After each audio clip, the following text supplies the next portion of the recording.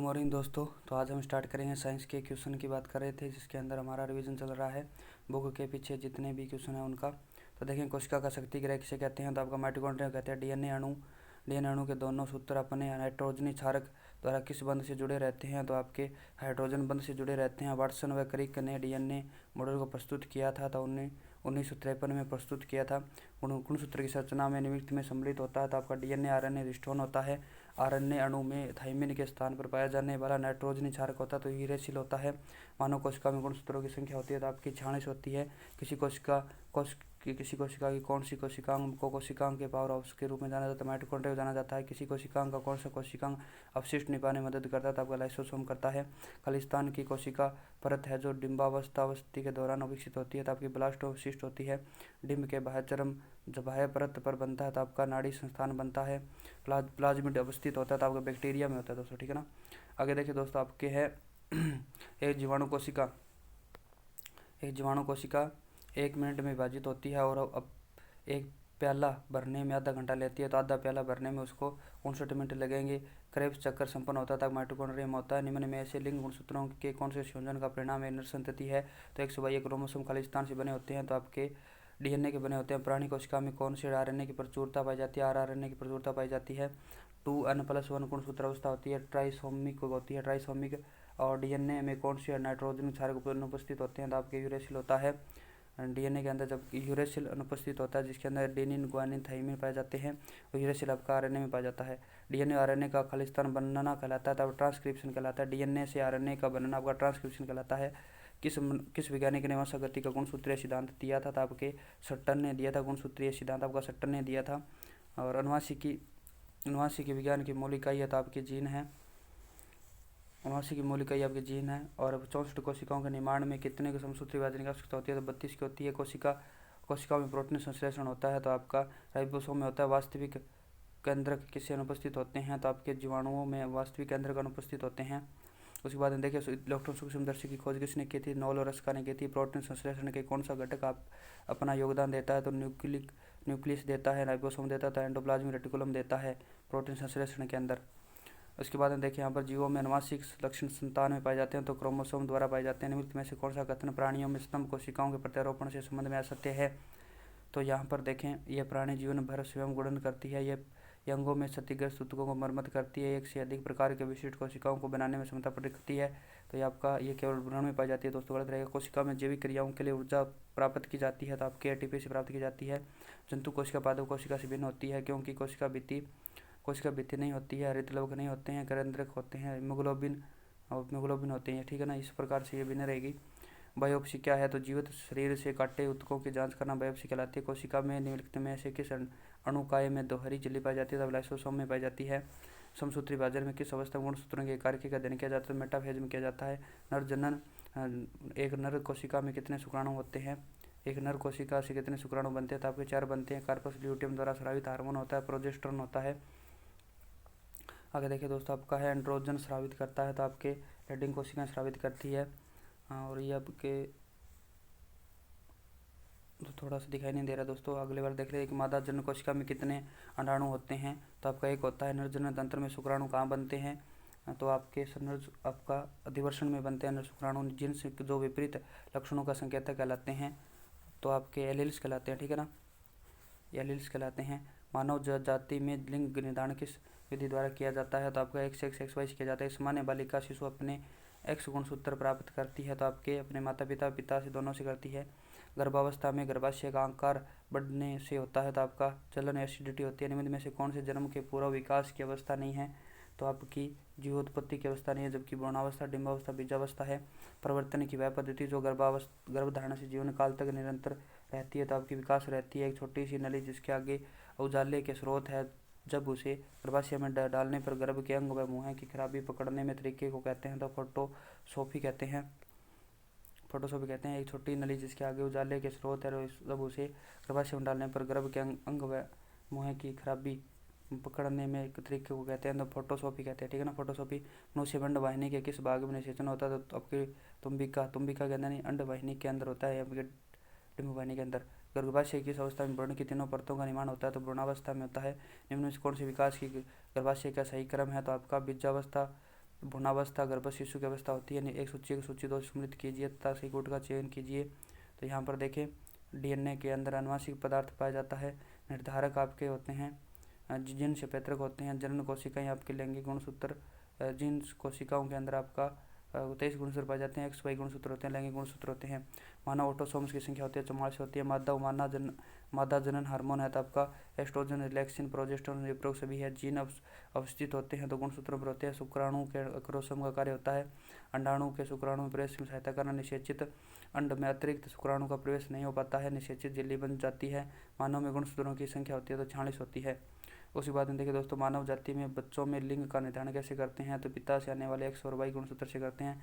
बच्चों के लिंग निर्धारण के लिए उत्तरदायी क्रोमोसोम होता है तो आपका पिता होता है। लड़का पैदा होता है जब बच्चे में गुणसूत्र एक्स वाई होता है। जीन होते हैं तो आपके डीएनए का एक भाग होता है। मानवों में युग्मज जिसमें पिता से एक्स गुणसूत्र वंशानुगत होता है विकसित होता है तो आपके लड़की के अंदर होता है। मानव गुणसूत्र कितने युग्म पाए जाते हैं? तो आपके 23 युग्म पाए जाते हैं।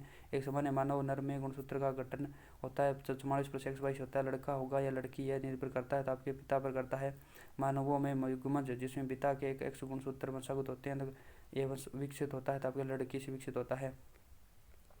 आगे देखें यहाँ पर आपको प्रक्षेप्य गति के अंदर उड्डयन काल ध्यान में रखना। उड्डयन काल का सूत्र होता है 2u sin थीटा बटे जी, ठीक है ना, 2u sin थीटा बटे जी। यहाँ पर इसी प्रकार आगे दोस्तों इस प्रकार प्रक्षेप्य अधिकतम ऊंचाई देखें तो you square sine square theta बटे 2g होती है। क्षैतिज यानी परास देखें तो r बराबर यू स्क्वायर साइन 2g होता है। और अगर पिंड आपका थीटा 45 डिग्री प्रक्षेपित किया जाता है तो पिंड की अधिकतम परास होती है थीटा 45 होता है तो आपका r बराबर यू स्क्वायर बाई जी होता है। उसके बाद देखें दोस्तों आपका क्वेश्चन देखें, यदि एक सरलोले की आवृत्ति 2 हर्ट्ज है तो 16 सेकंड में कितने दोलन होंगे? तो आपके 32 होंगे। कोई साइकिल किसी सीधी सड़क पर नियत चाल से चल रही है तो साइकिल के पहिए दर्शाते हैं वर्तीय तथा स्थानांतरित गति दर्शाते हैं। किसी बस यात्री की पहली 10 किलोमीटर दूरी 40 किलोमीटर प्रति घंटा औसत चाल से 45 दूरी 60 किलोमीटर प्रति घंटा की औसत चाल से तय की जाती है तो बस की संपूर्ण यात्रा औसत चाल होगी तो आपकी दोस्तों 55 किलोमीटर प्रति घंटा होगी, ठीक है ना। कोई 6 किलोग्राम द्रव्यमान का पिंड किसी घर्षण रहित क्षैतिज पृष्ठ पर 3 किलोमीटर प्रति सेकंड के समान चाल से फिसल रहा है तो उस क्षैतिज को किस चाल से इसी सरल रेखा में निर्दिष्ट गति कराने के लिए आवश्यक बल होगा? तो आपका 0 न्यूटन होगा, ठीक है ना। कक्षा 7 के विद्यार्थियों को गति के और समय के प्रकरण बढ़ाते समय सुविधा शिक्षार्थियों को विभिन्न प्रकार की गति के उदाहरण देती है जिसके अनुसार दिया गया निम्न में से कौन सा उदाहरण गलत है? तो आपका विद्युत घंटे के हथौड़े की गति है दोस्तों गलत, ठीक है। किसी गतिमान कार्य के पथमापी ओडोमीटर का प्रातः 8 बजे पाठ्यांक 36,500 किलोमीटर है तो प्रातः 10 बजे पाठ्यांक 36,660 किलोमीटर है। 540 और 660 यदि कार टेढ़े मेढ़े पथ पर असमान चाल से गति करती है तो कार की औसत चाल होगी तो आपकी 17.5 होगी। कक्षा 8 के शिक्षार्थियों को मान्यदार तुल्ला की सही विधि पढ़ाते समय गुंजन ने नीचे दिए गए चरणों में सही क्रम का प्रयोग किया है तो इसके अंदर दोस्तों इसने प्रयोग किया दोस्तों सॉरी। तो देखिए दोस्तों इसके अंदर क्या होता है, इसके अंदर पहले क्या करेगा वो छात्र यानी कि शून्य त्रुटि नोट करेगा। उसके बाद में आशंकित पैमाने पर संकेतक की स्थिति नोट करेगा। उसके बाद में कमानेदार तुल्ला का अल्पतमांक रिकॉर्ड करना। उसके बाद में वास्तविक पाठ्यक्रम परिकल्पित करना। इस प्रकार काम रहेगा इसका।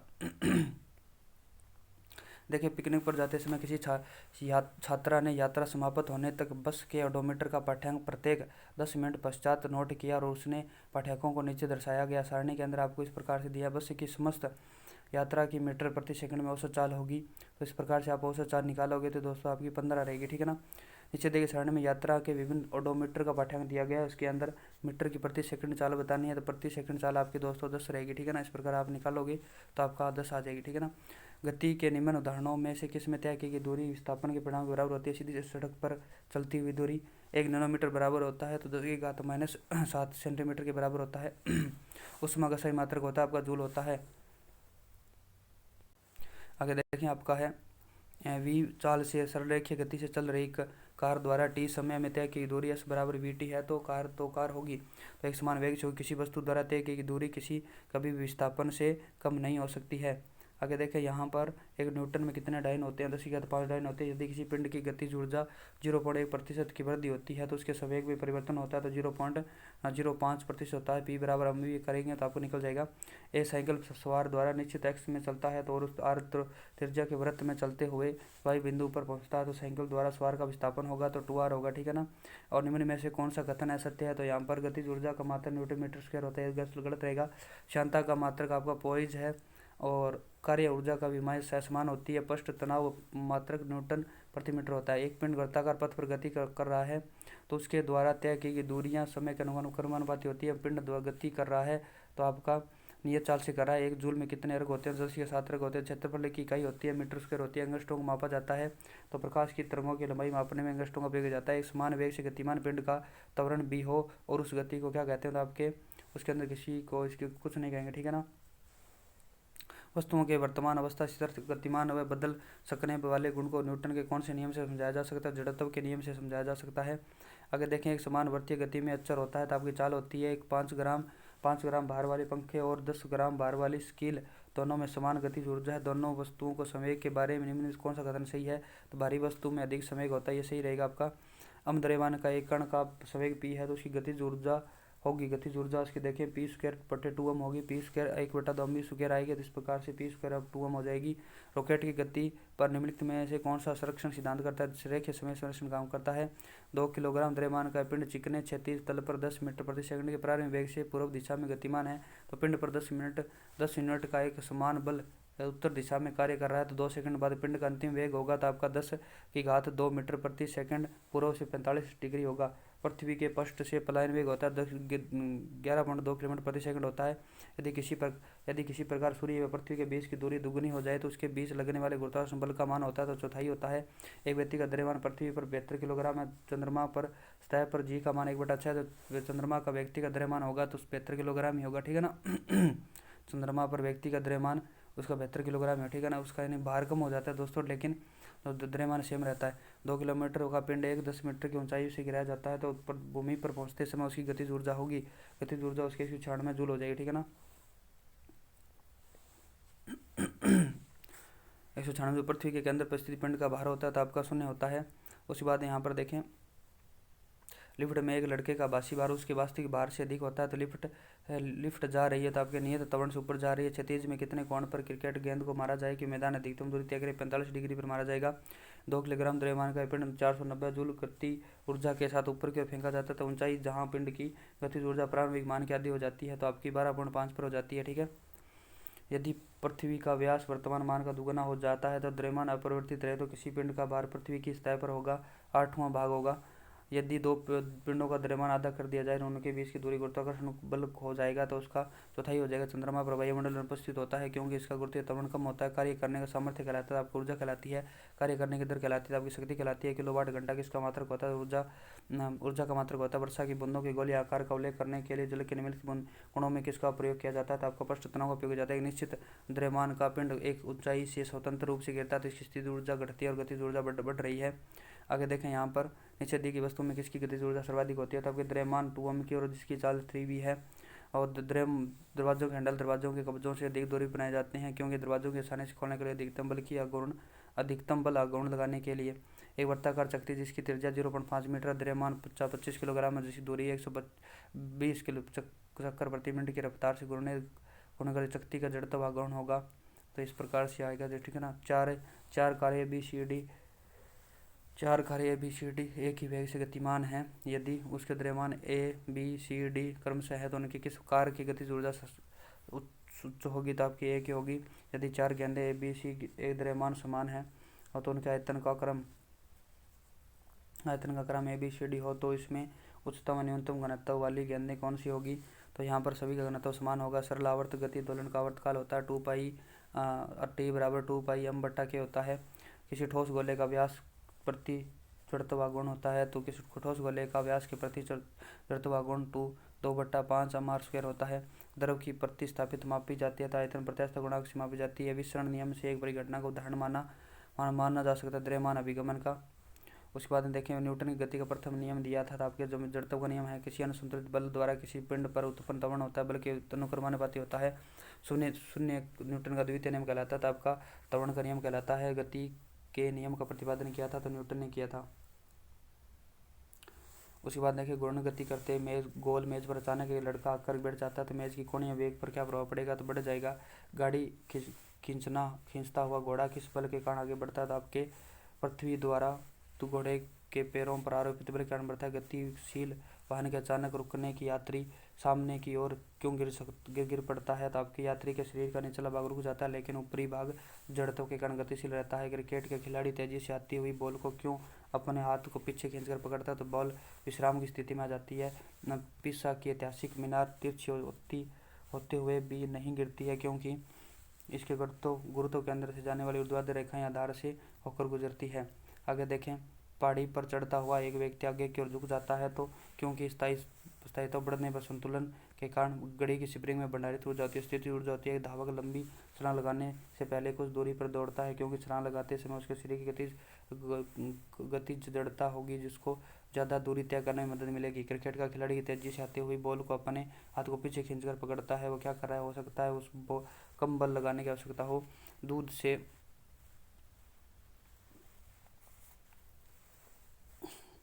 से क्रीम निकालने के लिए बल दिया जाता है। अब केंद्रीय बल दिया जाता है। सेकंड में लोलक की कालावधि होती है तो 2 सेकंड होती है। सेकंड के लोलक की कालावधि होती है 2 सेकंड होती है। दही को भिगोकर माखन निकालने की विधि में भौतिकी के सिद्धांत का प्रयोग किया जाता है। अपकेंद्रण का प्रयोग किया जाता है। किसी गतिशील वस्तु के द्रव्यमान के वेग के गुणनफल को हम संवेग कहते हैं। पेंडुलम गति तीव्र गति से चलती है तो शीतकाल में चलती है। किसी वस्तु का गुरुत्वाकर्षण बल का माप क्या होता है, तो आपका भार होता है। किसी वस्तु में उस गति के कारण उसकी उपस्थित ऊर्जा क्या कहलाती है, तो आपकी गतिज ऊर्जा कहलाती है। उस वस्तु जिसमें स्थित ऊर्जा के कारण उपस्थित ऊर्जा का क्या कहते हैं, स्थितिज ऊर्जा भी कहते हैं। ठीक है ना।